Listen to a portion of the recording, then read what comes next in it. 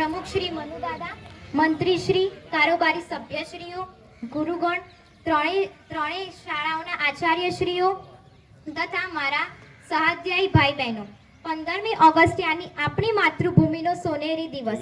આ દિવસે શું થયું હતું એ તો આપણા દેશના નાના ભૂલકાઓ પણ જાણે જ છે, પરંતુ હું આપ સર્વેને માતૃભૂમિ આઝાદ કેવી રીતે થઈ તેના વિશે વાત કરું.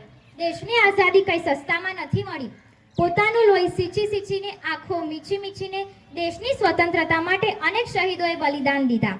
દેશવાસીઓ સુખી થાય, સમૃદ્ધ થાય, વિકસિત બને અને કલ્યાણકારી થઈ સમગ્ર વિશ્વને ચકિત કરી દે એ જ આશયથી પોતાના પરિવારજનોને પડતા મૂકી લડતા રહ્યા એ શહીદો. ના જાત ના ધર્મ, બસ કર્મ એક જ અને તે આઝાદી.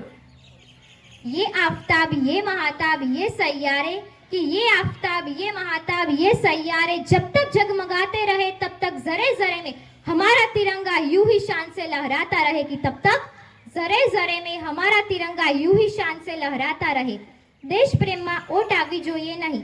સુખનું બટકું ભરે ને ખાવા મળે, પરંતુ દેશની સામે કોઈ માયના લાલની એ મજા લેવી ન હોય કે મટકું એ મારી જાય. આતંકવાદના નાગડે કચડી નાખવા માટે એકતા અને નિડરતા આ બંને ગુણો જો દ્રઢતાથી કેળવાય તો કશું જ દુર્ગમ નથી, બધું સુગમ જ છે.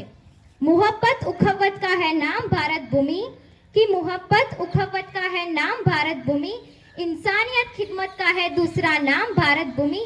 इसका मुकाबला कर सके किसी में इतनी ताब नहीं, शान और शौकत की पहचान का नाम है भारत भूमि, कि शान और शौकत की पहचान का नाम है भारत भूमि.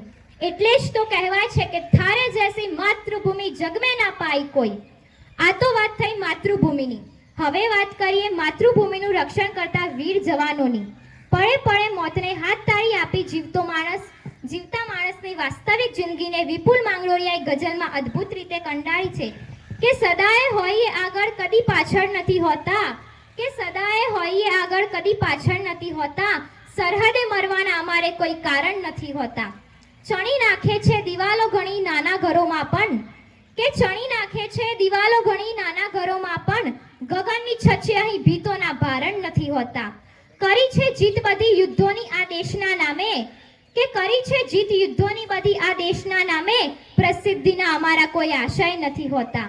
તમારે રંગબેરંગી ઘણા તહેવારો આવે છે, કે તમારે રંગબેરંગી ઘણા તહેવારો આવે છે, અહીં તો છે રક્તના ફાગણ, ફક્ત શ્રાવણ જ નથી હોતા. મોતને હાથ તાળી આપી જીવતો માણસ દિલથી જીવે છે, જીવવા માટે નહીં જીવાડવા માટે. દેશની સરહદ પર ખડે પગે ઊભા રહીને માતૃભૂમિનું રક્ષણ કરતા શેરદિલ જવાનને મારા દિલથી સલામ. શેરદિલ જવાનને મારા દિલથી સલામ. દુશ્મનો જ્યારે મોતનો સરંજામ લઈને આવે છે ત્યારે દેશના સૈનિકો પોતાના કાળજા આગળ કરી ગોળીઓ ઝીલી દેશને બચાવે છે. તેથી જ તો કહેવાય છે કે વતન કાજે લખી નાખે સગળી જિંદગી જેઓ, કે વતન કાજે લખી નાખે સગળી જિંદગી જેઓ, સલામત એ જ સૈનિકના વતનમાં ઘર નથી હોતા, સલામત એ જ સૈનિકના વતનમાં ઘર નથી હોતા. દેશની વિરુદ્ધ બોલનારા દેશદ્રોહીઓની જીભ ખેંચી નાખવાનું જુનૂન ધરાવતા, -30 ડિગ્રીમાં ઊભા રહી ખડે પગે દેશનું રક્ષણ કરી દેશદ્રોહીઓની ચામડી ચીરી નાખવાનું જુનૂન ધરાવતા શેરદિલ જવાનોને મારા દિલથી સલામ. તેઓ મોતને ભેટતા પણ ડરતા નથી. ભારત માતા અને સગી માતાનું ઋણ પોતે શહીદ થઈને ચૂકવે છે. તેથી જ તો કહેવાય છે કે વધાવે મોતને પણ હસતું વદન રાખી, કે વધાવે મોતને પણ હસતું વદન રાખી, શહીદોના ઘરોમાં મોતના માતમ નથી હોતા, કે શહીદોના ઘરોમાં મોતના માતમ નથી હોતા.